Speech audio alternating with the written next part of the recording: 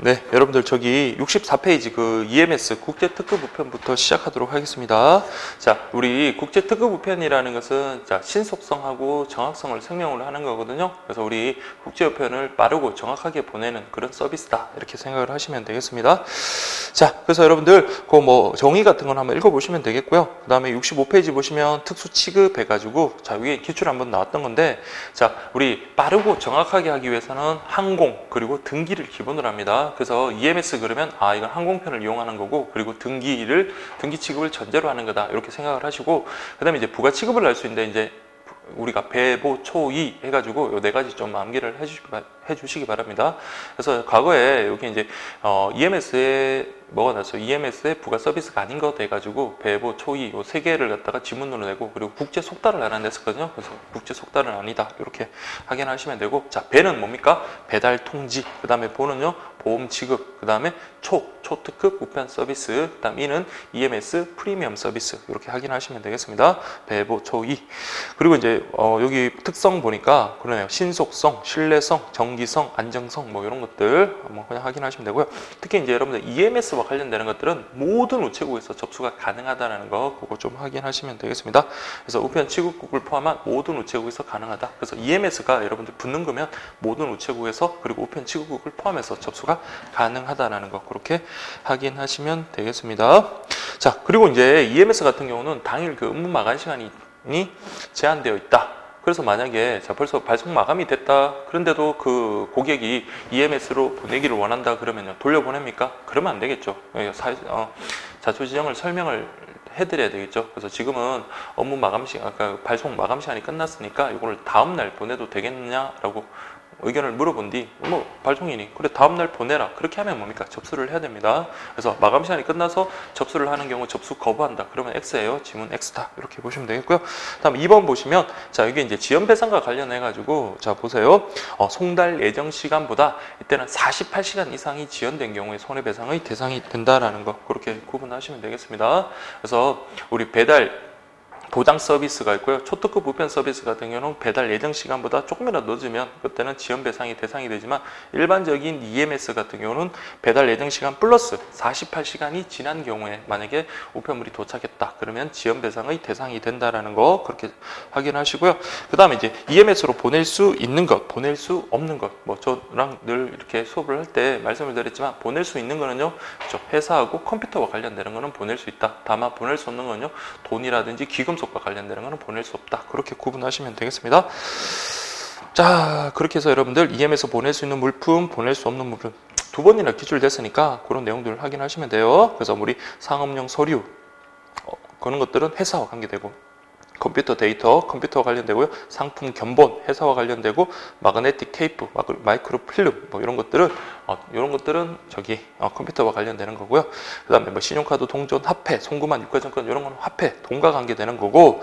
그다음에 UPU에서 일반적으로 뭐 우편 금지 물품 해가지고 그런 내용들 있을 거고. 그다음에 가공, 비가공의 금, 은 그러니까 여러분들 이런 기금속과 관련되는 것, 특히 이제 금, 은 같은 경우는 가공된 것, 뭐 가공된 것도 물론 금지 물품이지만 비가공된 먼저 그대로도 보낼 수 없다라는 거 그거 좀 확인하시면 되겠습니다.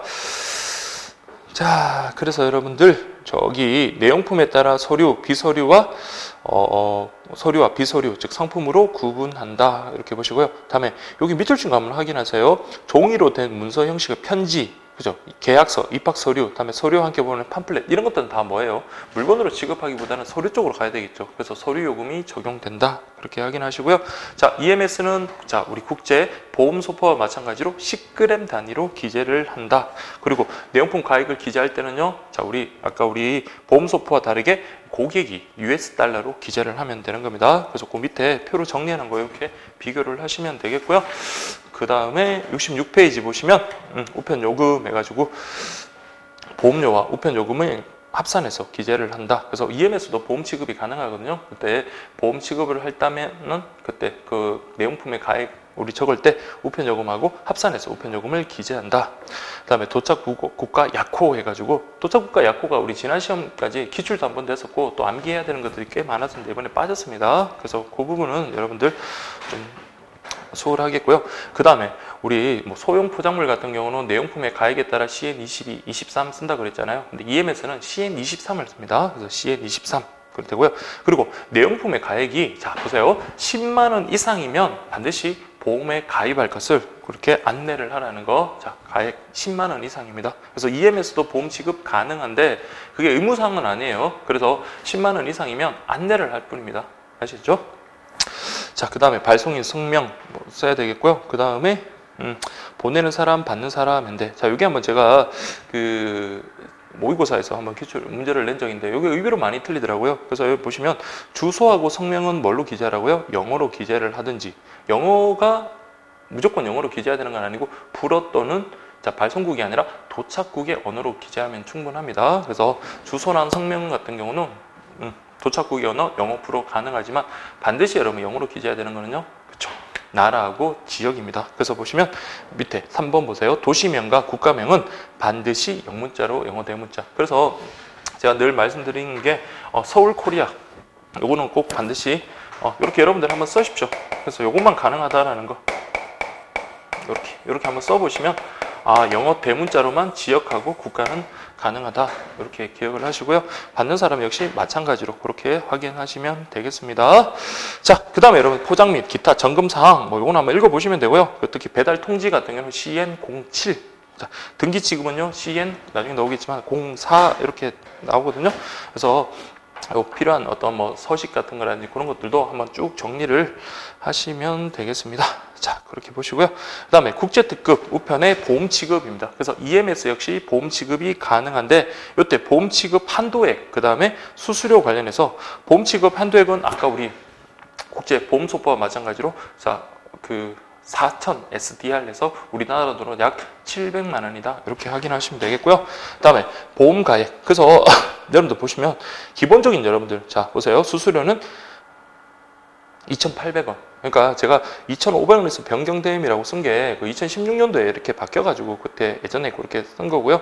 그 다음에 보험가액을 초과하는 지금 보시면 65.34 SDR 11만 4,300원 초과마다 550원이 추가된다라고 돼.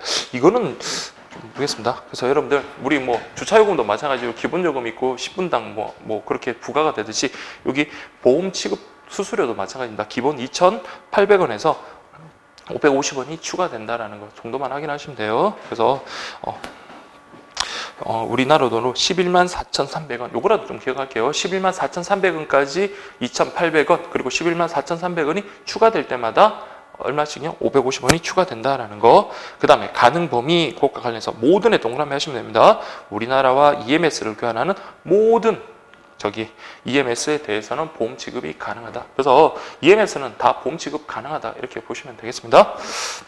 역시 마찬가지 보험가액은 객관적인 가치를 써야 되겠고요. 그 다음에 보험가액은 주소 기표지 보험가액 안에 땡땡땡 원으로 기재를 하고 보험지급 수수료는 요건 체크를 하세요. 보험지급 수수료는 우편 요금에 합산해서 기재하지 별도의 보험지급 수수료 아까 우리 2,800원에 플러스 550원 됐던 거 있죠. 그걸 따로 기재하지는 않는다.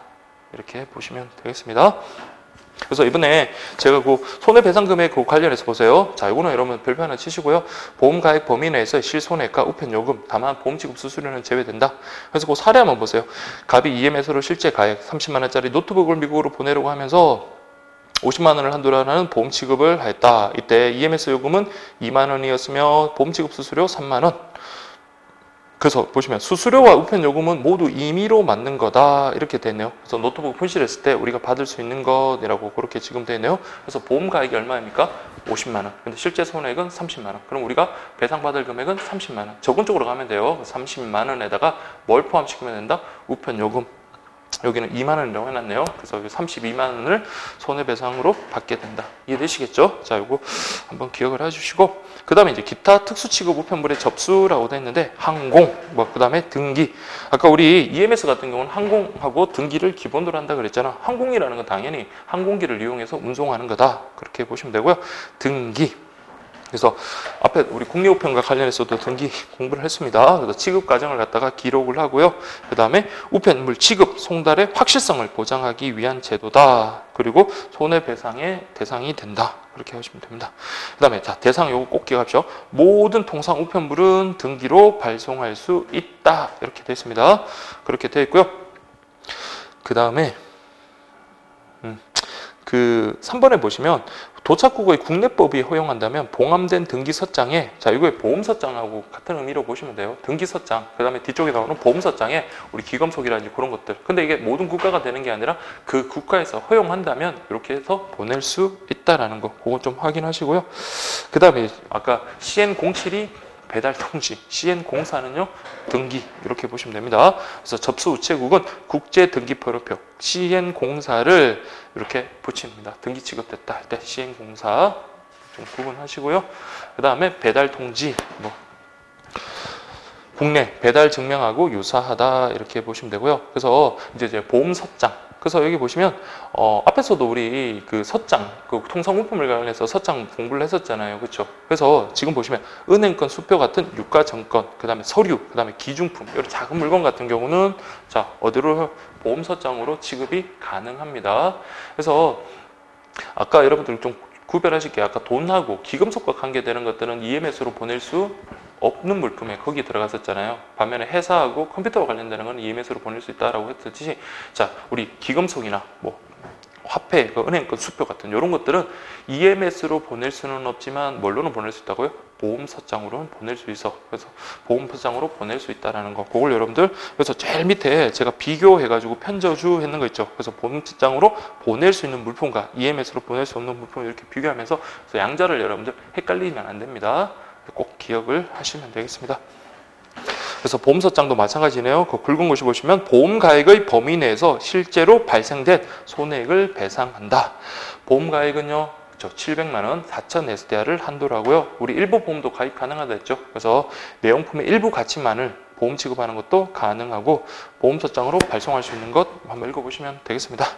자, 여기까지가 이제 우리 EMS까지 우리가 봤네요. 그 다음에 이제 국제우편 요금인데, 국제우편 요금 보실 때는 국내우편 요금 받던 거 있죠. 그래서 우리 그대로 보시면 돼요. 첫 번째가 벨납이 있고요. 그 다음에 후납이 있고, 그 다음에 수취인 부담이 있었잖아요. 국제우편에서 마찬가지 그 순서대로 여러분들 교재가 그렇게 정리가 돼 있으니까 양자를 갖다가 좀 비교를 하시면서, 그리고 공통된 내용들이 많으니까 국제우편 요금과 관련해서는 훨씬 더 수월하게 공부를 하실 수 있겠습니다. 양도 적고요.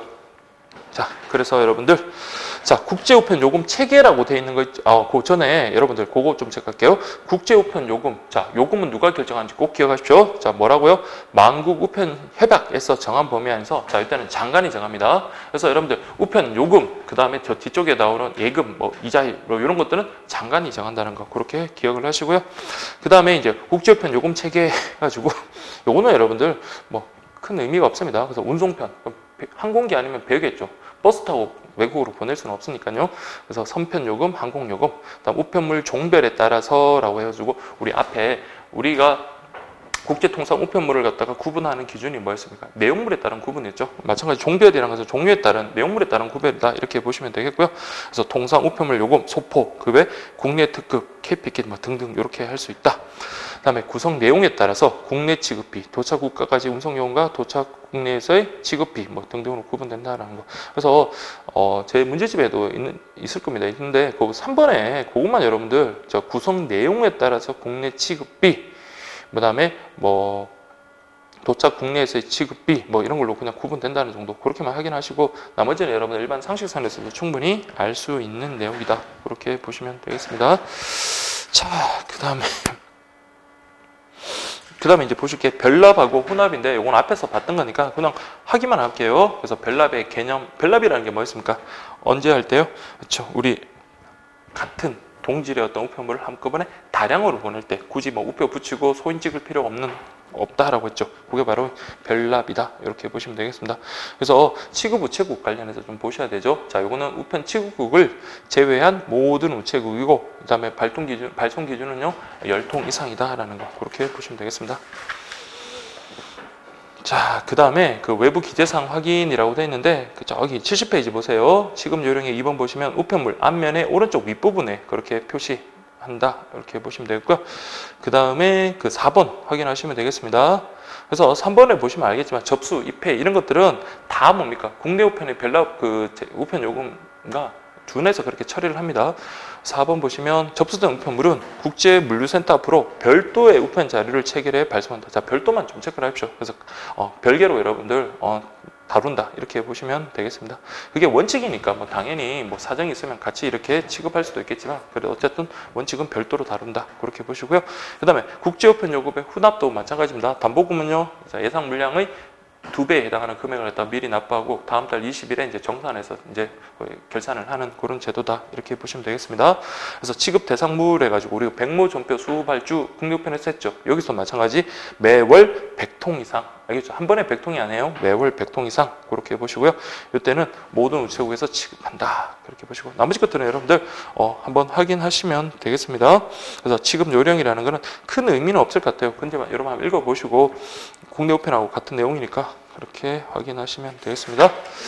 자, 그 다음에 이제 72페이지 보시면 국제우편 요금 수취인 부담이라고 되어 있는데 자, 이 부분은 좀 꼼꼼하게 보셔야 돼요. 그래서 IBRS 요것도 약자도 좀 정확하게 기억하시고요. 그래서 이제 오른쪽에 IBRS를 EMS와 결합한 거 여기 보시면 해외 전자 상거래용 반품 서비스라고 그렇게 지금 되어 있죠. 그래서 그게 이제 IBRS, EMS라는 거 그걸 여러분 확인하시면 됩니다. 그래서 IBRS를 바탕으로 해가지고 이제 반품 서비스 이런 것을 이용할 수 있게끔 하는 게 IBRS, EMS 이렇게 보시면 돼. 특히 이제 수취인 부담과 관련해 가지고 여러분들 꼼꼼하게 보셔야 돼요. 이 부분은. 그래서 이게 2016년도에도 기출이 됐지만 확인을 하십시오. 자, 보세요. 우편물을 외국으로 발송하는 자가 국내 배달 우체국과 계약을 체결하여 자 보세요. 회신 요금을 자신이 부담할 수 있도록 하는 제도. 여러분들 이거 국제 우편 요금 수취인 부담을 우리 그 인터넷 쇼핑할 때 착불로 생각하시면 안 됩니다. 그러니까 이 우편물을 원래 자 여러분들이 국내 그다음에 해외 이렇게 보내고 다시 이렇게 회신 돌아올 때 요 요금이 있죠. 회신 요금 요거를 누가 부담하겠다는 거예요? 그러니까 배달 우체국하고 계약했던 그자가 부담하겠다 이 말입니다. 착불 우리 인터넷 쇼핑몰에서 착불은 뭐예요? 그냥 쇼핑몰 하는 사람이 그냥 우리 고객한테 보낼 때 고객이 그 쇼핑 그 물품을 갖다가 받으면서 요금을 지불하는 거잖아요. 그거 생각하시면 안 되고 요거는 자 국내에서 필요한 어떤 서류 등을 이렇게 쫙 보낸 다음에 해외에서 뭡니까? 주로 이제 설문조사라든지 뭐 그런 것들 불편사항 같은 그런 거 적었을 때 그걸 갖다가 회신했을 때 요금을 이 국내 보낸 사람이 부담한다. 이것도 뭡니까? 결국은 받았을 때 요금을 지불하는 거기 때문에 수취인 부담이 맞는 거예요. 그래서 그 배달 우체국과 계약을 체결하여 회신 요금을 자신이 부담하는 제도다 이렇게 보시면 됩니다. 그래서 집배 우체국에 한해서 취급된다 해가지고 별납, 후납, 그다음에 수취인 부담과 관련해서 취급 우체국 제가 비교를 그렇게 하시면 되고요. 자, 특히 이제 취급 대상, 자, 이거 꼭 기억을 하십시오. 제가 개인적으로 좀 많이 밀고 있는 문제이긴 한데, 자, 종류, 인쇄물, 그 다음에 엽서에 한한다. 통상 우편물에 한한다면 안 돼요. 통상 우편물 중에서도 자, 뭐예요? 봉투, 엽서, 요게 하나입니다. 그래서 인쇄물이라는 것은 봉투라고 생각을 하시고, 그 다음에 엽서에 한한다. 그래서 이 제도의 취지를 잘 생각하시면 돼요. 그래서 뭐, 여기는 해외 고객이라고 할게요. 그래서 뭐 고객인데 이번에 우리가 신제품을 그동안 우리 상품 이용해 주셔서 감사한데 우리가 새로운 신제품을 갖다가 개발하려고 하는데 그동안 우리 물건을 사용하고 난 다음에 불편했던 점이나 아니면 뭐 새로운 어떤 건의사항이라든지 그런 거 있으시면 저한테 좀 회신 좀 해주세요 라고 합니다. 그럼 여러분들 자기가 고객이 자기 돈 내고 여러분들 우편 요금 내고 이걸 갖다가 회신하려는 사람이 몇 명이 있을까요? 그러니까 거의 회신율 다시 돌아오는 답변율이 많이 떨어지겠죠. 물론 이거 공짜로 한다 그래도 이걸 직접 써서 하는 거 떨어지겠지만 특히 요금까지 너가 부담하다 그러면 거의 뭐 다시 회신율은 많이 떨어질 겁니다. 그래서 요거는 그냥 뭡니까? 자기가 그냥 설문조사에 쓰고 그냥 보내면 그 요금에 대해서는 뭐다? 요 국내에서 이렇게 부담한다 이렇게 보시면 됩니다. 근데 이걸 갖다가 물건을 보냈다가 물건을 받는다 말이 안 되는 거죠. 그래서 여기는 인쇄물, 통상 우편물에 한한다면 틀려요. 그래서 봉투, 그 다음에 엽서, 뭐 간단한 설문조사면 엽서로 보내도 되겠죠. 자, 거기에 하나고요. 자, 특히 최대 중량 50g 이렇게 좀 기억을 하십시오. 그러니까 이거는 많은 걸 갖다 보낼 수 있는 건 아닙니다. 그래서 많은 양을 보낼 수 있는 건 아니고 뭐 설문조사해봤자 종이 몇 장 정도 되는 거겠죠. 엽서는 뭐 더더욱 더 얇고요. 그래서 최대 중량 50g까지 좀 기억을 하시고요. 그다음 수취인이 우편물 받을 때 납부하며 후납 지급도 가능하다. 그래서 받을 때마다 요금 내는 게 아니라 마다 한꺼번에 모아가지고 다음 달 20일 뭐 그렇게 해도 된다 이 말이고요.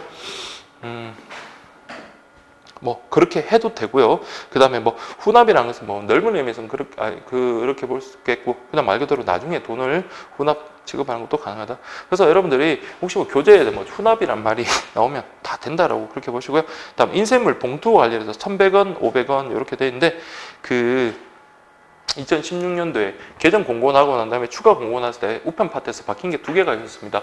앞에 우리 대금 그 교환과 관련해서 100원 이상 50원 이하 있다가 100원 이상 100만 원 이하로 바뀐 거랑, 여기 제 기억으로는요 봉투값이 950원이었나 그랬던데 그게 이제 1,100원으로 바뀌었다라고. 그러니까 이게 요금 정도에서 이렇게 추가 공고가 나니까 여러분들이 뭐 너무 걱정은 안 하셔도 될 것 같아요. 물론 이제 그 금융 파트에서는 그때 바우처 관련해 가지고 좀 내용이 좀 바뀐 게 좀 있었는데, 어쨌든 여기 인쇄물 봉투 관련해서는 1,100원, 500원 이렇게 기억을 하시고요.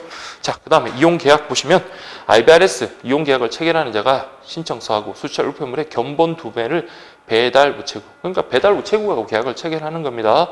그리고 난 다음에 우편물 표시사항과 배달 우체국장이 부여한 계약 본회를 수취인 봉투, 엽서에 인사한 견본 2매를 배달 우체국에 제출한다. 뭐 그 자체는 뭐 중요한 게 아니고, 특히 이제 그 6번에 보시면 그건 꼭 기억하십시오. 자, 발송 유효 기간 확인. 자, 이게 제가 서울 쪽에 이제 그쪽에서 이제 실강을 이제 수업을 하다 보니까 이제 그 질문을 갖다가 이렇게 하시더라고요. 자, 보세요. IBRS 우편물은 발송 유효 기간에 한정하여 발송한다. 왜 그런지 아시겠죠? 자, 신제품 개발한다고 이렇게 고객 설문지를 갖다가 보냈는데 이 사람이 신제품 다 개발하고 난 다음에 한 2년 있다가 이걸 보냈다고 하면 의미가 없죠. 그렇죠? 그래서 처음 보낼 때부터 이게 이제 발송 유효 기간이 정해졌습니다. 그러면 보세요. 이 사람이 유효기간이 지나서 이렇게 발송을 했다면 이 사람한테 의미가 없는 거잖아요. 그리고 요금을 갖다가 이 사람이 지불해야 된다는 것은 좀 불합리할 수 있잖아요. 그래서 발송 유효기간 안에 이 사람이 보냈을 때만 요금을 지불하지, 만약에 유효기간이 끝났다. 그럼 어떻게 하면 돼요? 이 사람이 보내면 이 사람 그 국내로 배달하지 말고 그냥 뭡니까? 여기로 돌려줍니다. 그래서 여러분들이 헷갈리는 이유가 뭐냐면 누가 발송일이냐 이것 때문에 헷갈리는 거예요. 그래서 처음에 그 설문지를 보낼 때는 이 사람이 발송일이지만 지금 우리 수취인 부담과 관련할 때 발송일은 누굽니까? 해외에 있는 이 고객입니다. 그래서 체크를 하세요. 우편물을 외국으로 발송하는 자가 국내 배달, 제가 어디를 했습니까? 죄송합니다. 그 밑에 1번. 그 IBRS 우편물은 발송 유효기간에 한정하게 발송하는데 발송 유효기간이 끝난 다음에 발송한 IBRS 우편물은 누구한테요? 그렇죠. 이때 발송일이라는 것은 이 사람을 말합니다. 이 사람에게 다시 돌려보낸다 이 말입니다. 그래서 이 사람이 접수를 하더라도 발송 유효기간이 지났네요 하면서 이쪽으로 돌려보낸다 이런 의미입니다. 알겠죠?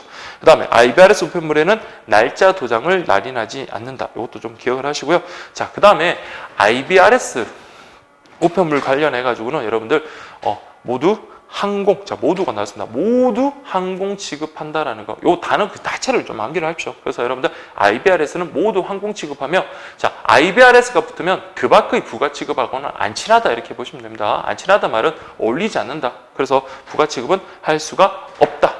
그래서 이렇게 막 강조 드렸는데 2016년도에 나왔더라고요. 그래서 여러분들 IBRS가 딱 붙었다. 그러면 부가 취급하고 친하지 않다? 그럼 오른쪽에 보시면 해외 전자상거래용 반품 서비스 IBRS EMS도 역시 부가 취급하고 친하지 않다. 이렇게 보시면 돼요. 자, 그 다음에 4번도 여러분들 보세요. 자, 이 표현을 잘 보셔야 돼요. 유효기간 등이 정상적으로 표시된 IBRS 우편물은 접수 시스템에는 별도로 입력하지 않는다. 그래서 유일하게 별도로 입력 시스템에 입력하지 않는다. 접수 시스템에 별도로 입력하지 않는다라는 게 유일하게 있는 거니까 이거 좀 잘 기억하시고요. 국제 항공 우편물과 같이 국제 우편 물류센터로 보낸다. 그 다음에 우리 국내 우편 요금 수취인 부담 우편물의 배달예에 준해서 배달하고 요금 징수한다. 뭐 요금 가볍게 보시고요. 그래서 여러분들이 요 부분은 좀 한번 시험에 나왔지만 그래도 또 나올 수 있으니까 잘 기억하십시오. 특히 그 질문 많이 했던 그 유효기간이 지났을 때 발송인에게 보낸다는 거, 수취인에게 보내는 거 아닙니다. 그래서 발송인에게 보낸다는 거 꼭 잘 기억을 해주시고요. 그 다음에 이제 73페이지 보시면 IBRS EMS라고 해가지고 해외 전자상거래용 반품 서비스 이렇게 보시면 되겠습니다. 그래서 여기는 뭡니까? 말 그대로 우리 어떤 물품을 갖다가 보냈는데 그것을 반품할 때 있죠. 물건 잘못 온 것도 짜증나는데 그것을 반품하는데 요금을 부과하면 싫잖아요. 똑같습니다. 이렇게 보내는데 물건을 이번에 보냈는데 이 사람이 잘못 왔다든지 아니면 뭐 불량품이 왔다. 그러면 뭡니까? 다시 보내야 되는데 그때 요금을 갖다가 이 사람이 부과하는 거는 좀 불합리하니까 그때도 역시 수취인이 부담하는 거다. 이렇게 보시면 되겠습니다. 그래서 인터넷 쇼핑몰 등을 이용하는 온라인 해외 거래 물량 증가에 따라 늘어나는 반품 요구를 충족하기 위해 기존의 국제우편 요금 수취인 부담 제도, 그러니까 우리 방금 봤던 뭐 인쇄물, 그다음 엽서에 한해서 이용을 하던 해외 국제우편 요금 수취인 부담을 활용해서 우리 반송 제도, 반품 처리하는데 이때도 뭡니까? 활용하자라는 그런 제도가 바로 IBRS EMS다. 이렇게 보시면 되겠습니다. 그래서 취급 우체국, 계약 국제 특급 이용 우체국, 즉 집배국에 한정되고, 그래서 이거 계약 국제 특급 이용 우체국에 한정되고, 자 이게 모든 국가에 지금 가능한 게 아니라 자 유일하게 뭡니까? 일본. 그러니까 발송 가능 국가는 일본이다. 그렇게 보시면 되겠습니다. 일본. 자, 그래서 이거 양자를 좀 비교하셔야 돼요. 그래서 우리 뭐 무게는 특히 국제 우편과 관련해서는 최대 중량은 각각의 그 제도에 맞춰서 정확하게 비교를 하셔야 됩니다. 그래서 통상 우편물 같은 경우는 기억나시는, 제가 좀 빠르게 진행해서 기억나시는지 모르겠네요. 뭐 기본 강의를 들으신 분은 아시겠죠? 그래서 우리 서장 같은 경우는 2kg, 그 다음에 항공서가는요 5g, 그 다음에 뭐 인쇄물 같은 경우는 5kg, 그 다음에 그 시각장애인용 점자 우편물 같은 경우는 7kg으로 가장 많고요. 그 다음에 소형 포장물 같은 경우는 2kg, 뭐 이런 식으로 딱딱 정리하시고, 다음 엠팩 같은 경우도 10에서 30, 각각 자료는 2kg, 이런 식으로 정리를 하셔야 됩니다. 여기도 마찬가지예요. 자, 우리 아까 앞에 봤던 국제우편 수취인 요금 부담, 요거는 몇 g요? 50g. 그 다음에 여기 해외 전자상거래용 반품 서비스 같은 경우는 자 보세요. 종류가 EMS에 한정되고요. 그다음 최대 무게가 요거는 2kg입니다. 그래서 소형 전자물품 있죠. 그런 것들을 갖다가 이렇게 반송하기에 적절한 겁니다. 자, 그 다음에 2번은 그냥 읽어보시고 3번 요거 좀 체크를 하세요. 그러면은 도대체 요금을 어떻게 부담하느냐, 그게 문제인데, 자, 이 사람이 반송한다 그러면 뭡니까? 우리 반송 라벨을 갖다가, 반품 서비스 라벨을 갖다가 여기서 온라인으로 보냅니다. 온라인으로 보내면 여기서 어떻게 해요? 출력해서 그 라벨, 여기 지금 그림에 나오는 거 그걸 갖다 우편물에 딱 붙이면요, 그때 써야 뭡니까? 실제적으로 그 라벨을 보냈다는 것은 이 사람이 요금을 지불했다는 거잖아요. 그래서 수취인 부담이 된다 이 말이에요. 아시겠죠? 그래서 반품 그 라벨을 갖다가 이 사람이 뭐 EMS로 보낸다 그런 게 아니라 온라인으로 그렇게 전송을 하고 그걸 출력해 가지고 붙이면 된다. 이해 꼭 하십시오. 그래서 이런 내용들을 여러분 정확하게 아시는 분이 정확하게 정답을 맞추는 거겠죠. 그렇게 보시면 됩니다. 그래서 전자적인 방법으로 아래 서식의 반품 서비스 라벨을 구매자에게 전송하면 이 사람이 그걸 갖다가 출력한다. 그래서 그 편조주 그거 한번 읽어보십시오. 그래서 이거 제가 거기 좀 염려가 돼서 이렇게 쓴 거니까 그렇게 좀 비교를 하시면 되고요. 다음 부가 취급 보세요. EMS니까 EMS 우편물로 취급하되, 여기는 보세요. 그 밖의 부가 취급은 할 수 없다 해서 아까 우리 저 편조주 신하지 않다 이렇게 썼죠. 그래서 그거 잘 체크를 하십시오. 그 다음에 자 여러분들 보시면 뭐 여기도 혼합 취급은 가능하고요. 2번 보세요. 수취인으로부터 징수할 IBRS, EMS 우편물의 요금은 가장 비쌉니다. 여기 나오는 것 중에 통당 한 통당 10,000원 이렇게 보시면 되겠습니다. 그래서 여기서 이분이 10,000원의 요금을 부담한다. 그렇게 기억을 하시면 되겠습니다. 그래서 막 꼬아서 사례 형식으로 막 내면은 여러분들이 발송이냐 수치냐 그런 것들을 명확하게 정리하신 분들은 시험에 나오더라도 좀 대처 능력도 있고 한데, 그냥 단순하게 있잖아요. 단순하게 막 암기하신 분들은 사례를 살짝만 이렇게 꼬아서 내버려도 이거 뭐 틀립니다. 그래서 뭐 그러니까 여러분들이 조금 좀 더딘 것 같아도 너무 꼼꼼하게 안 보시더라도 그래도 여러분 내용을 갖다 정확하게 이렇게 보셔야 돼요. 내용을 정확하게. 특히 우편 파트는 특히나 여러분들 정확하게 보셔야 진다고 계속 누누이 강조드립니다. 자, 그 다음에 이제 보실 게 국제 반신 우편권 해가지고 여러분 그 개요와 관련해서 지난번에 시험에 나왔죠. 여기도 마찬가지입니다. 수취인에게 자, 회신 요금의 부담을 지우지 않고, 선생님, 수취인, 이때 수취인은요, 이 사람 말합니다. 그래서 국내에 있는 사람이, 뭐, 보통 이제 보면 외국의 어떤 대학 같은데, 나의 뭐 졸업증명서 좀 국내로 보내주세요. 취업하려고 그러니까 국내 졸업증명서 좀 보내주세요 라고 한다면 이 사람이 직접 비행기 타고 외국에 가서 그걸 떼어놓으니 이분이 뭡니까? 그 학교 근무자가 떼서 이렇게 보내주면 좋겠죠. 당연히 이때 요금은 누가 부담해야 될까요? 이 사람이 부담해야 되는데, 다만 이때 요금을 갖다 수취인 부담으로 그렇게 하는 게 아니라 자, 우표를 보내버립니다. 그 우표가 바로 반신 우표권이다 이렇게 생각을 하시면 돼요. 그래서 수취인에게 회신 요금의 부담을 지우지 않고 외국으로부터 해답을 받는데 편리한 제도다. 이해되시겠어요? 그래서 반신 우표권을 보내면, 자, 여기서 국내에서 삽니다. 그리고 반신 우표권을 보내면요, 여기서 이제 우표하고 교환을 할 수 있는 거예요. 그래서 교환을 해가지고 그걸 붙여가지고 이렇게 보낼 수 있다. 이렇게 보시면 되고요. 여기 보시면 이제 국제사무국 나오죠. 반신 우표권은 만국우편연합의 국제사무국에서 발행하고 회원국이 판매한다. 그래서 각국의 우정청, 각국의 우정청이라고 할게요. 우정사업부, 우정청이 발행한다 이러면 틀려요. 이거는 회원국이 발행하는 게 아니라 국제사무국에서 발행한다. 자, 이렇게 정확하게 기억하시고요. 그래서 국제 반신 우표권 한 장은 그 나라의 발송 항공 보통소장의 최저 요금 그거와 교환할 수 있다. 그래서 반신 우표권 받으면 우표하고 교환해가지고 그 우표로 이쪽으로 발송하면 되는 거니까요. 이 사람이 원했던 그런 우편물 같은 거를 발송하면 되니까. 그래서 우리나라는 한 매당 1,450원 이렇게 되어 있고요. 그 다음에 판매할 때는, 자, 보세요. 그 75페이지 보시면 국제 반신 우표권 사양해가지고 CN01이라고 되어 있네요. CN01 해가지고 판매할 때는 왼쪽에다 그래 도장을 딱 찍습니다. 아시죠? 근데 판매 국가에서는 그걸 교환할 수가 없어요. 만약 우리나라에서 샀다. 그럼 우리나라에서 교환하면 안 되고 외국에서 교환해야 된다라는 겁니다. 그래서 우리나라에서 여러분 한번 보시면 한 매당 1,450원에 샀어요. 그러고 난 다음에 거기다가 도장을 딱 찍어줍니다. 그래서 그 판 우체국 있죠. 여기 그림이 나오는지 모르지만 이거 광양 우체국인가요? 자, 어쨌든 이렇게 우체국 딱 명하고 이렇게 딱 찍혀 도장을 찍고요. 그다음 교환은요, 그렇죠. 판매한 곳이 아니라 다른 나라에서. 그래서 보시면 1번 볼게요. 외국에서 판매한 국제 반신 우편권은, 자, 항공 보통소장의 4지역 20g의 요금. 자, 이게 기존 교재는 800원이라도 했는데, 자, 여기 보시면 850원, 이번에 바뀐 부분입니다. 850원에 해당하는 우표료와 교환. 그래서 여기 한 장 보내면 850원에 해당하는 우표료와 교환. 그래서 내가 살 때는 1,450원 샀는데 그쪽에는 850원에 해당하는 우리 우표료와 교환할 수 있다. 자, 그렇게 보시면 되겠습니다. 근데 이거는 제가 지금 방금 말씀은 그렇게 드렸지만 꼭 그게 일치하는 건 아니죠. 요게 지금 기준이 어디예요? 우리나라 기준이잖아요. 그래서 우리나라에서 만약에 이걸 교환한다면 850원에 해당하는 우표와 교환할 수 있다. 근데 우리는 산 것을 우리 쪽에서 교환할 수가 없잖아요. 그래서 그 2번 보세요. 우리나라에서 판매된 국제 반신 우표권은 우리나라에선 교환할 수 없다. 이렇게 보시면 되겠습니다. 자, 반신 우표권은 우표류에 속하지만 할인 판매는 불가능하고요. 자, 다량 요거 좀 기억하십시오. 다량을 구매할 때, 즉 20매 이상, 하루에 20매 이상을 초과해 구매할 때 살 수 없는 게 아니라 그때는 필요한 양식을 써야 됩니다. 그래서 별도의 신청서가 필요하다. 그래서 편저주 보시면 20매를 초과 구입하는 것이 금지되는 것은 아니라는 것에 주의해라. 이렇게 보시면 되겠습니다. 그래서 우리가 판매했을 때는 앞면에 왼쪽 아래에 도장을 찍고요. 그 다음에 교환했을 때는 오른쪽 아래에 도장 찍습니다. 그러면 이제 얘의 역할은 다 한 거죠. 그래서 여러분들 그 그림도 여러분 좀 확인하실 필요가 있는 것 같아요. 자, 그렇게 보시면 되겠습니다. 자, 그 다음에 여러분들 보실 게 그 EMS 주요 부가 서비스 제도라고 되어 있는데, 자, EMS 배달 보장 서비스라고 되어 있네요.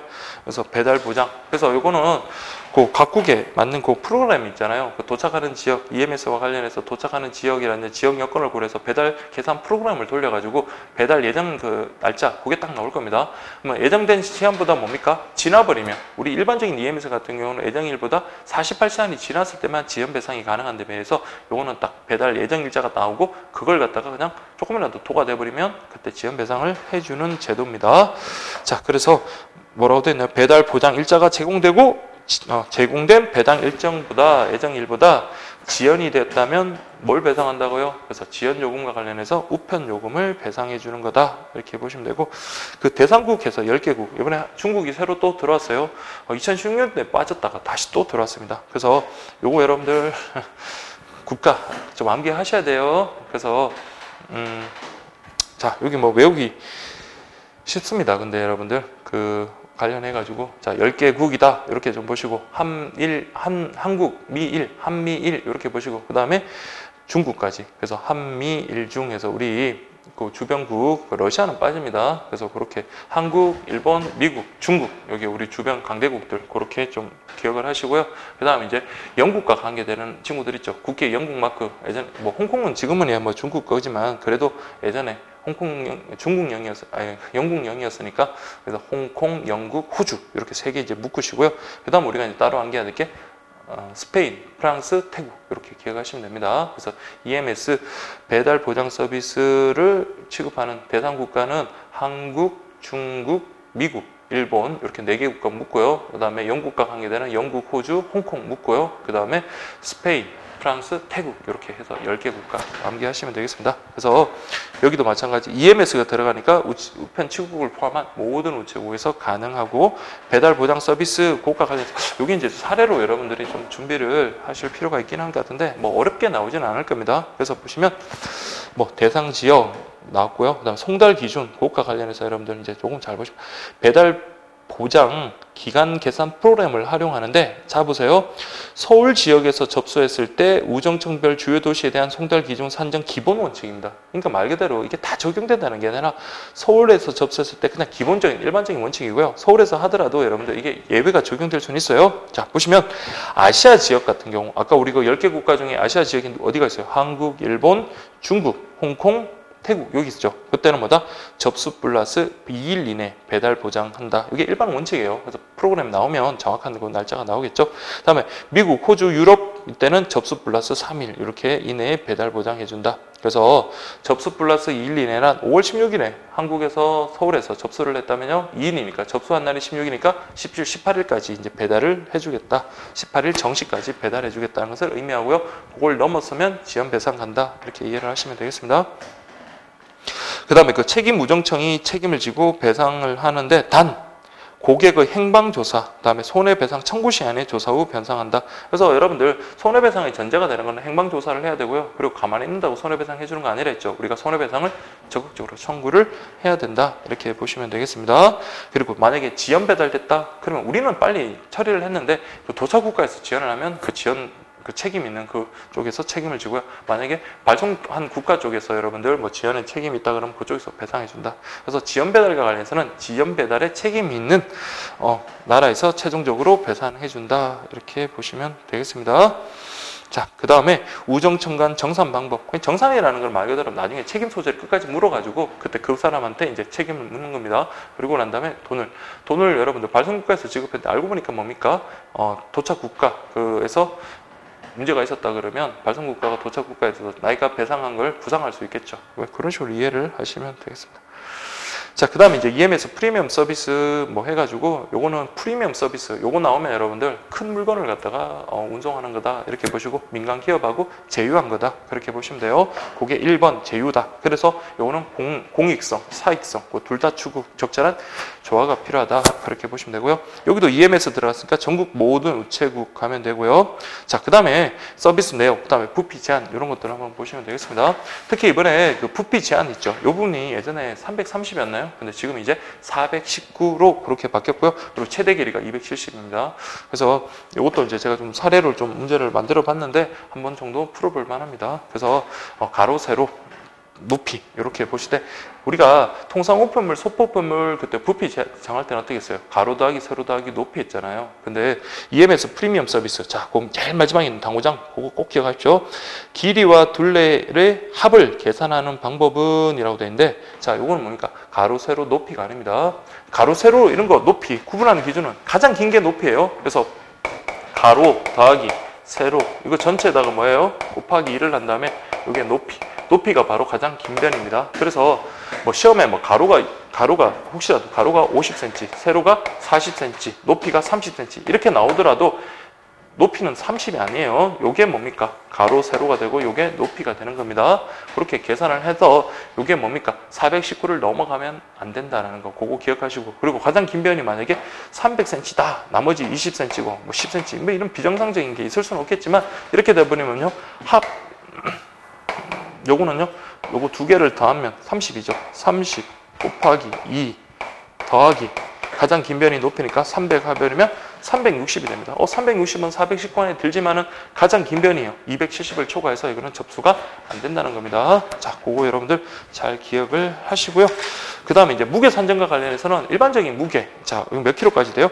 70킬로까지 되거든요. 그래서 그 제한 중량이 우리 교재에 나오는 모든 것 중에 가장 무겁다. 부피도 가장 크고 무게도 가장 무겁다. 그래서 이거 민간사의 어떤 그런 대형 어떤 운반할 수 있는 그런 시스템을 이용하는 거기 때문에 그렇다라는 거 기억하시고, 그다음 무게하고 최적 중량. 자, 최적 중량이라는 거는 부피를 무게로 환산한 겁니다. 그래서 무게는 가볍다 하더라도 이제 부피 자체가 크다면 이거는 이제 무게로 환산하는 거. 자, 무게 환산하는 거 되게 쉬워요. 그래서 이번에 제가 어디서 문제를 한번 만들었던 것 같은데,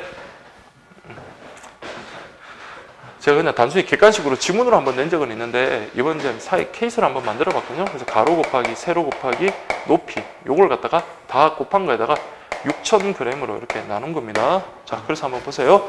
최적 중량이라서 가로 세로 높이 곱하기 6,000으로 나눈 거, 그걸 갖다가 우리 킬로그램으로 이렇게 환산하는 거다, 이렇게 보시면 돼요. 그래서 가로가 만약에 30cm, 세로가 50cm, 높이가 100cm. 이거 두 개 다 하고 뭐 곱하고 이런 게 아니라, 이때 최적 중량일 때는 각각을 다 곱합니다. 그래서 이렇게 계산하면요, 여기에 3,515에서 1,500, 그 다음에 100 이렇게 되겠죠. 죄송합니다. 쉽게 할게요. 20하고 30하고 그 다음에 10이다 이렇게 됐으면 6,000 이렇게 되겠다. 이게 너무 가볍나요? 자, 그렇게 되면 6에다가 600, 이게 뭡니까? 10kg이다 이렇게 되겠죠. 그래서 만약에 얘 실제 무게가 15kg이고 가로가 20, 30, 높이가 100 이렇게 나왔다고 할게요. 그러면 여러분들 이 최적 중량하고 실제 중량하고 비교를 해가지고 뭐를 갖다가 중량으로 치겠다는 거예요? 이걸 치겠다는 겁니다. 그래서 제가 문제를 갖다가 그럼 만들면 되게 멋들어진 문제가 만들기 좋겠죠. 그래서 가로, 세로, 높이를 갖다가 적절한, 지금 제가 좀 즉흥적으로 이렇게 만들다 보니까 그런데 가로, 세로, 높이를 갖다가 적절하게 이용을 해가지고 일단 그 부피, 가로, 세로, 높이고 관련해가지고 419 그리고 최대 길이가 270 안 넣는 거, 그거 여러분들 걸리뚱 말뚱 해가지고 객관식 지문으로 하고, 그 다음에 무게와 관련해서 우리 70kg 넣으면 안 되잖아요. 그래서 그 적절하게 그렇게 좀 변형을 해가지고, 특히 하나는 넘고 하나는 안 넘게 해가지고 70kg을 넘었을 때 이거는 취급 제한이 안 돼, 취급할 수가 없는 거잖아요. 그래서 일반 무게는 만약에 얘가 한 60kg인데, 이게 60kg인데 이게 만약에 1000이다 이렇게 돼서 이게 100kg이 됐다. 그러면요, 이렇게 계산하면 되겠네요. 20, 30, 100이다 이렇게 되어 있으면 1000이다 이렇게 되어 있으면 얘는 100kg이고 얘는 무게는 60kg입니다. 그러면요, 그렇죠. 요거는 이걸 따르면 우리가 EMS 프리미엄 서비스 같은 경우는 70kg까지인데 100kg까지가 됐기 때문에 요거는 우리가 다룰 수 없다, 취급할 수 없다 이렇게 보시면 되겠습니다. 자, 그래서 여러분들 그 밑에 거는 여러분들 그냥 한번 확인하시면 되겠습니다. 그래서 여러 나라로 확대됐다 그렇게 보시고요. 그 다음에 이제 국제 초특급 서비스, 특히 취급 무게고 70kg까지 꼭 기억하십시오. 그래서 제가 밑줄에다가 음영 처리에다가 밑줄 치는 거는 진짜 중요하다는 겁니다. 그래서 물론 뭐 제 개인적인 생각이지만 어쨌든 그렇게 여러분들 확인하시면 될 것 같아요. 특히 그 위에 무게 산정하고 같이 연계해 가지고 자, 케이스로 충분히 나올 수 있는 그런 문제들입니다. 그래서 국제 초특급 서비스 그것과 관련해서 한번 볼게요. 자, 국제 우편 서비스 중 실물을 가장 빠르게 전달하고 배달 결과를 배달 당일 발송인에게 알려주는 초특급 서비스다. 그래서 우리 배, 보, 초, 이 할 때 배달 통지, 보, 봄, 지급, 초 할 때 초자가 국제 초특급 서비스. 그 이자가 우리 방금 봤던 EMS 프리미엄 서비스예요. 그래서 자, 이 초특급 서비스 관련해서 요게 내용이 좀 줄었고, 또 대상 국가가 기존의 4개국 6도시에서 지금 이제 이번에 공고 났을 때는 2개국 3도시로 그렇게 줄었습니다. 그래서 내용 자체는 뭐 예전보다도 훨씬 수월하죠. 그래서 이게 가장 빠른 겁니다. 그래서 일반 EMS보다도 요 부가취급 서비스 이용하면요 더 빠르게 실물을 갖다가 보낼 수 있다는 거예요. 그래서 우리 현존하는 가장 빠른 거다 이렇게 보시면 돼요. 그래서 가장 빠르게 이렇게 좀 체크를 하시고요. 자, 2번 보세요. 정해진 기간 내에 배달되지 않으면은 자, 접수 요금액을 모두 발송인에게 반환한다. 그래서 요거는 역시 마찬가지. 예정일보다 48시간 그런 게 아니에요. 예정된 그 시간보다 늦어버리면 우리 접수됐던 요금액들 모두를 반환한다는 거, 그거 여러분들 좀 체크를 할게요. 그래서 여기 국가가 아까 2개국 3도시라 했어요. 지금 이제 남은 거는 홍콩하고 베트남입니다. 베트남 같은 경우는 호치민하고 하노이 그렇게 돼요. 그래서 2개국 3도시에서 서류. 그래서 기존에 일본 같은 경우는 5만 원 이하의 소형 물건도 가능했었는데 일본이 지금 빠지면서 국제 초특급 서비스는 지금 보세요. 서류만을 대상으로 한다면 맞는 거예요. 원칙적으로 예전도에도 국제 초특급 서비스는 서류만을 대상으로 하는 게 맞았습니다. 다만 일본만 5만 원 이하의 어떤 소형 물건에 대해서만 가능했었거든요. 근데 지금은 어쨌든 서류만을 대상으로 한다면 맞는 게 되는 거예요. 자, 그 다음에 이제 송달 기준 한번 보세요. 서울 경인 지역 그럽니다. 서울 경인 지역. 그래서 이 경우는 접수 후 이제 그 다음에 이길 배달비 원칙인데 그게 오전 접수했냐 오후 접수했냐가 다를 수 있겠죠. 그래서 오후에 접수를 해버리면 아무래도 그 다음날 가기가 힘듭니다. 그래서 보시면 구분하셔야 돼요. 자, 서울 경인 지역과 관련해서는 오전에 접수하면 이길 다음날 배달하는 게 원칙이다. 반면에요, 오후에 접수, 아무리 서울 경인 지역이라 하더라도 오후에 접수를 하면 다음날 배달하기 힘드니까 일제 그렇게 배달하고 그리고 이제 그 외에 기타 지역 같은 경우도 접수 일제다. 엄청 빠르죠. 그렇게 보시면 되고요. 그 다음에 이제 발송 내역 통보와 관련해서 EMS는 우편물과 같은 경로를 통해서 도착 교환국에 통보를 한다면 자, 이거는 팩스로 합니다. 그래서 국제 초특급 우편은 팩스. 그래서 EMS하고 TCS거든요. 국제 초특급 서비스. 이걸 양자를 비교한 거 한번 꼭 기억을 하시고요. 그 다음 배달 결과 통보도요. EMS는 우리가 청구를 해야지 해주지만 TCS 같은 거는 배달 통보에 대해서 청구가 없더라도 해준다. 그래서 지연 배상 우리 48시간이냐 아니냐 그 차이 그거 좀 확인하시면 되고요. 그다음에 국제 초특급 우편물 서비스 내역에서 예전에 표가 좀 되게 컸었는데 그게 다 빠지고 이제 이거 간단하게 이제 나왔으니까 훨씬 쉽습니다. 특히 좀 디테일한 건 좀 살펴봐야 돼요. 이것도 역시 케이스로 좀 연습을 좀 하셔야 됩니다. 그래서 제가 문제집에 이 케이스 문제를 좀 몇 번 만든 적이 있는데 그래서 그때 막 만들 때 일본도 뭐 넣어보기도 하고 뭐 공인형을 일본으로 보내기도 하고 뭐 그랬었는데 어쨌든 자 지금은 여러분들 홍콩하고 베트남만 가능하니까 자 홍콩은 여러분들 특이해요.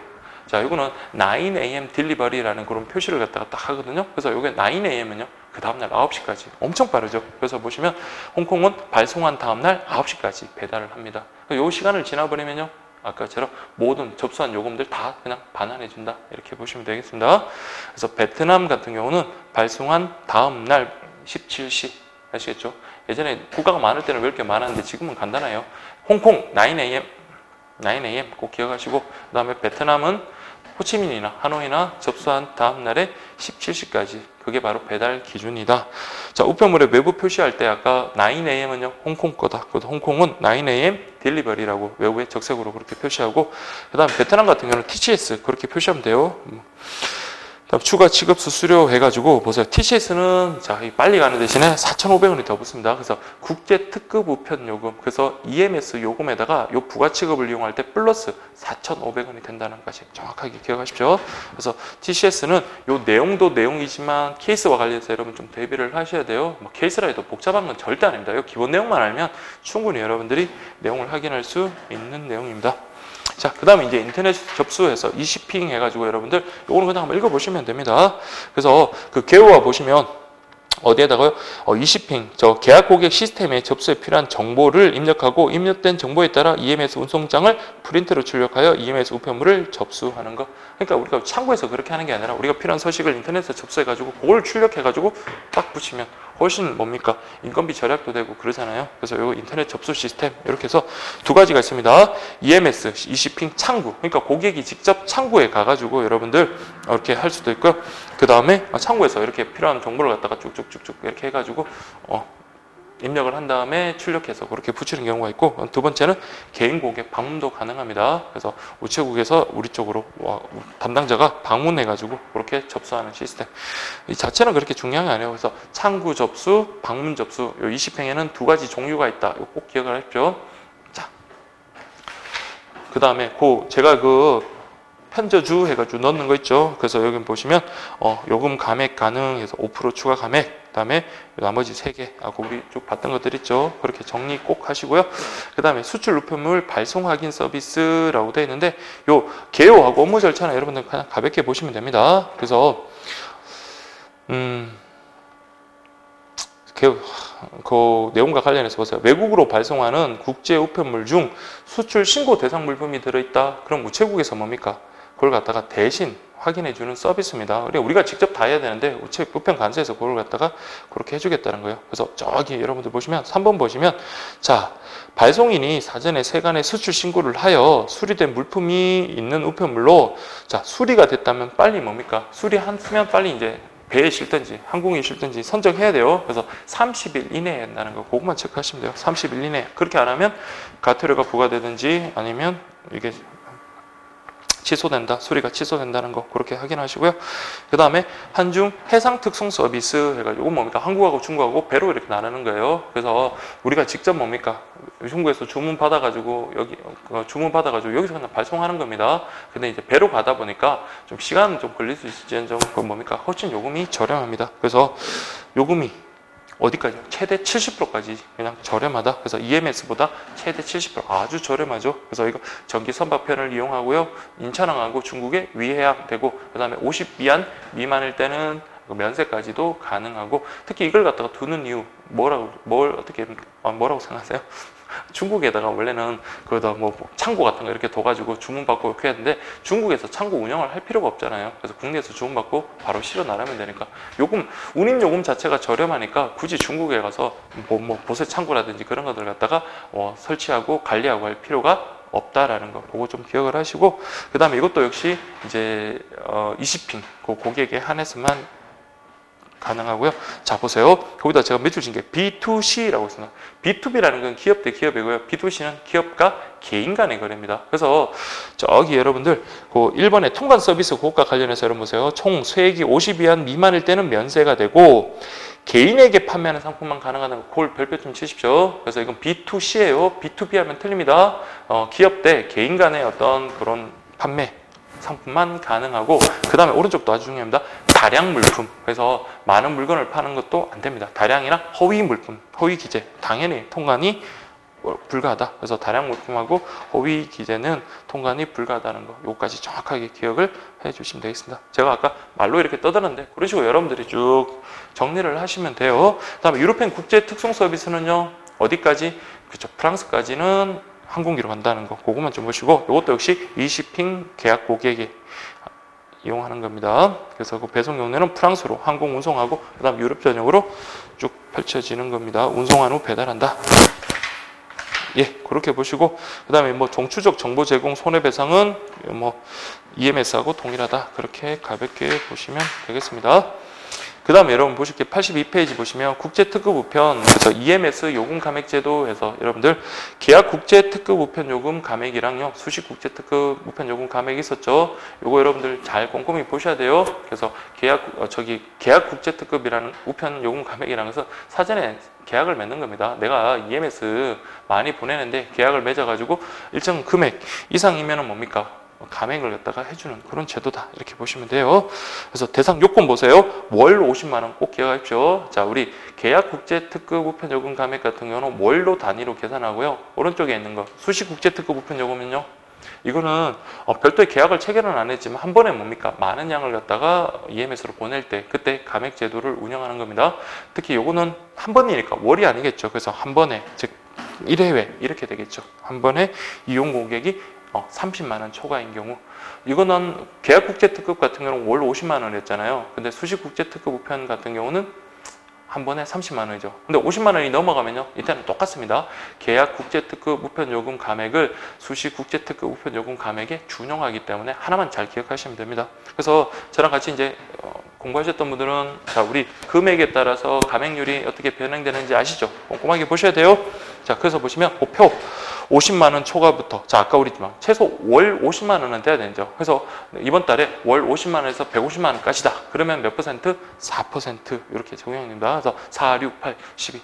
2016년도에 너무 고마웠어요. 막 그때는 진짜 세분화 돼가지고 암기하기도 힘들었고 이건 시험에 안 나올 거다 했는데 나온 적은 없거든요. 근데 이제는 오히려 암기하기가 쉽기 때문에 이제는 나올 수도 있습니다. 그래서 제가 막 문제마다 그렇게 많이 던져 놓잖아요. 뭐 누가 월 얼마만큼 EMS를 이용했을 때 몇 퍼센트의 감액률을 받을 수 있다 이런 식으로 합니다. 그래서 여러분들이 그 4%만 잘 기억하시면 됩니다. 시작점만 잘 기억하시고 그리고 계속 2%씩 증가한다 이렇게 생각하시면 돼요. 그래서 50부터 150, 150부터 500, 500부터 1000 2000부터 2000, 2000부터 5000, 5000부터 1억, 1억부터 1억 초과인가요? 1억부터 2억, 다음 2억 초과 이렇게 가시면 돼요. 그래서 4, 6, 8, 10, 12, 14, 마음이 급해서 12, 14, 16, 18% 이렇게 가면 되겠습니다. 그래서 여러분들 그러면 맥시멈이 18%더 이상의 감액은 안 되느냐? 그건 아닙니다. 거기에 여러분들 좀 밑에 하살표 보시면 단 18% 이상의 감액률은 해당 지방우정청장의 승인 후에 적용될 수 있다라는 겁니다. 그래서 별도의 약정에서도 가능할 수 있다라는 거 그거 좀 기억을 해주시면 돼요. 그래서 제가 만약에 4천만 원의 EMS 이용계약을 해서 4천만 원을 이용을 했다. 그러면 어떻게 합니까? 그럼 여러분들 4천만 원 바로 안 나와요. 저도 안 나와요. 그렇지만 어떻게 해요? 50, 150, 150, 500, 500에서 1000, 1000에서 2000, 2000에서 5000, 5000에서 1억, 1억에서 2000, 2억. 맞나요? 그래서 그거 써봐요. 쓰고 난 다음에 4, 6, 8, 12 해가지고 딱 쓰면은 4000, 4000이면 어디입니까? 여기죠. 그럼 몇 퍼센트? 12%의 감액률을 적용받을 수 있다. 이런 식으로 여러분 준비를 하셔야 돼요. 그래서 뭐 귀찮으신 분은 안 하셔도 됩니다. 근데 뭐 시험에 나오면 하신 분은 맞는 거고 안 하신 분은 그래도 틀린다는 보장은 없지만 다른 지문을 통해서 그렇게라도 또 맞춰야 돼요. 그래서 이렇게 한번 정리를 해두시면 그럼 똑같아요. 수시국제특급 우편 요금도 마찬가지잖아요. 한 번에 얼마 이상? 30만 원 이상 초과한 경우에 30만 원 초과한 경우에 이게 적용이 되는데 그때는 3%가 적용되거든요. 수시 같은 경우는 30만 원부터 50만 원까지 이게 3%고 나머지는 얘랑 다 똑같습니다. 50만 원부터는. 그렇게 해가지고 여러분 정리하시면 돼요. 그래서 내가 길동이가 EMS를 갖다가 요금 자체가 400만 원이 나왔다. 한 번에 400만 원이 나왔다. 그럼 어떻게 해요? 50에서 150, 150에서 500. 그러니까 4, 6 했으니까 6% 되겠죠. 이런 식으로 찾아야 돼요. 자, 그 다음에 여러분들 요금 정산해서 정납, 후납 다 가능하고 네, 그렇게 보십시오. 그 부분은 그냥 한번 읽어보시면 됩니다. 후납할 때는 다음 달 20일까지 납부하는 걸 원칙으로 한다. 특히 계약 해지와 관련해서는 여러분 보세요. 계약을 해지할 때는 1개월 전에 서면으로 통보한다. 그래서 내가 당장 계약 국제특급 같은 건 사전 계약이 됐으니까 해지한다고 바로 즉시 이렇게 계약을 해지할 수 있는 게 아니라 1개월 전에 서면으로 통보를 하는 겁니다. 다만 반대로 우편관서에서 계약을 해지할 수 있다. 그럼 제일 대표적인 게 뭡니까? 요금 내기로 했고 요금 안 내면 되죠. 그래서 1번 보세요. 만국 우편 협약의 규정에나 금지 물품을 발송한 경우라든지, 자 2번이 중요하죠. EMS 요금을 1개월 이상 체납한 경우. 그래서 특이합니다. 그래서 한 번 체납했다고 여러분들 자 우리 해지가 가능하다는 거. 보통은 이제 2개월 이상 그런데 저기 제가 얼마 전에 이제 서울 이제 기본 강의 수업 때 한번 했었던 건데 저기 뭐였죠? 노란 우산 공제조합. 그 뒤쪽에 이제 금융파트 여러분 이제 다 3번 이상 다들 보셨으니까 금융파트에 보시면 그때는 12개월 이상 연체를 했을 때 해지한다라는 그 규정이 있는 게 있습니다. 그게 뭐였죠? 노란 우산 공제조합이거든요. 그 부분 나중에 한번 이렇게 확인하십시오. 그래서 이 특정 부분을 공부할 때는 잘 기억이 나다가도 이제 범위가 이제 전 범위를 우리는 대상으로 하다 보면 그래서 공부를 하시다가 좀 의문이 날 때는 계속 찾아보는 습관을 들이고 이게 요거랑 비슷한 내용인데 비교를 해야지 주의해야지 이런 식으로 공부를 하셔야 돼요. 그래서 공부를 너무 이렇게 수동적으로 하시기보다는 그런 식으로 좀 적극적으로 비교를 하실 필요가 있다. 그 다음에 3번 기타 계약 내용을 위반했을 때 해지 당연히 가능하고요. 그래서 이제 그 다음 수시 국제특급 우편 요금 감액 해가지고 여러분들 요거는 이용 계약을 따로 맺지 않고 한 번에 30만 원 이상 30만 원 이상일 때는 몇 퍼센트요? 3만 원 이렇게 가면 됩니다. 30만 원을 정한 경우 30만 원, 50만 원. 그 외에는 이걸 그대로 적용한다. 이렇게 보시면 되겠습니다. 자, 그 다음에 여러분들 저 특별 감액인데 요 부분이 내용이 좀 많이 추가가 되기도 하고 바뀌었어요. 그래서 이 부분 여러분 꼭 좀 정리하시고, 자 저랑 같이 공부하시는 분들은 자 계약 국제특급 우편 요금 감액, 수시 국제특급 우편 요금 감액뿐만 아니라 특별 우편 요금 감액까지도 정확하게 여러분들 암기를 하셔야 됩니다. 그래서 이제 장기 이용자 같은 경우는 1%, 2%. 그래서 1%가 되는 분은 계약 기간 1년 초과, 직전 600만 원 이상이고요. 다음에 2%는요 계약 기간 3년, 그 다음에 1억 원 이렇게 좀 기억하십시오. 그 키워드만 잘 기억을 해 주시면 되겠습니다. 자, 그 다음에 당구장 표시 보시면 직전 계약 기간 중 6월 이상 이용 실적이 있는 경우에 적용된다. 근데 요거는 EMS뿐만 아니라 장기 이용 같은 경우는 K패킷, 한중 해상 특송 이런 것들 다 대상이 됩니다. 그래서 요것만 하나 체크를 하세요. 밑에 것들은 다 EMS 이렇게 지금 돼 있죠. 그리고 저 밑에 이제 뭐 K패킷 라이센스 당연히 K패킷이고요. 그래서 요거는 EMS뿐만 아니라 K패킷, 한중 해상 특송까지 이렇게 대상으로 한다. 즉 장기 이용의 대상이 되는 거는 요 장기 이용으로 인한 감액의 대상이 되는 거는 요 세 가지다. 그렇게 보시고요. 그다음에 접수 비용 절감에서 자 20핑 5%. 그다음에 20핑으로 다 전체를 접수하는 건 아니고 그 번호를 갖다가 입력하는 경우 있죠. 수출 신고 번호, 의품물 정보 같은 거 이런 걸만을 입력하는 경우는 2%. 그래서 그렇게 보시면 됩니다. 그다음에 전자상거래 활성화. 그 순간 제가 2%는 이제 잊을 수가 없는 게 그 지난 시간에 그 문제풀이반 그 실강을 하다가 갑자기 이게 20핑 그 감액률이 생각이 나가지고 했는데 5%, 2%로 알고 있는데 어느 한 분이 이제 3% 이러길래 너무 자신 있게 그러길래 아 그래요 하면서 저도 넘어갔다 도저히 찝찝해서 2% 같은데 딱 보니까 아 2%가 맞더라고요. 그래서 그분도 이제 아 그렇습니다. 이게 숫자가 뭐 열심히 공부하든 안 하든 이게 헷갈릴 수 있어요. 그래서 이거는 정확하게 좀 기억을 하세요. 그래서 20핑으로 접수하면 5%, 그 다음에 20핑으로 통한 뭐 수출 우편물 정보라든지 뭐 접수 번호, 수출 신고 번호네요. 신고 번호 같은 거 그런 것만 따로 이렇게 접수를 하는 경우는 3%가 아니라 2%다. 이렇게 이제 보시면 되겠습니다. 자, 여기까지 보시고 그 다음에 이제 밑에 보시면 전자상거래 플랫폼 요거 쇼핑 통해서 고객의 주문 상품을 발송하는 업체에 대해서는 자, 체크할게요. 3%. 그러니까 전자상거래 활성화를 위해서 이런 플랫폼, 그냥 기억할 때 플랫폼 사용, 전자상거래 플랫폼 사용하면 3%다. 이렇게 정리하시면 되고요. 그 다음에 요 부분, 밑에 있는 부분, 요 부분이 이제 새로 들어왔던 내용입니다. 그래서 요 부분 잘 기억하십시오. 자, EMS 특별협정을 맺은 국가로 발생하는 국가는 자, 여기 체크하게 중량은 7kg 이하고 대상 국가 중외싱. 자, 이게 감액률이 엄청 높습니다. 그래서 중외싱이네. 중일싱. 중국하고 일본하고 싱가포르 같은 경우 중일싱. 요거는 15%다라는 거. 그거 좀 기억을 하세요.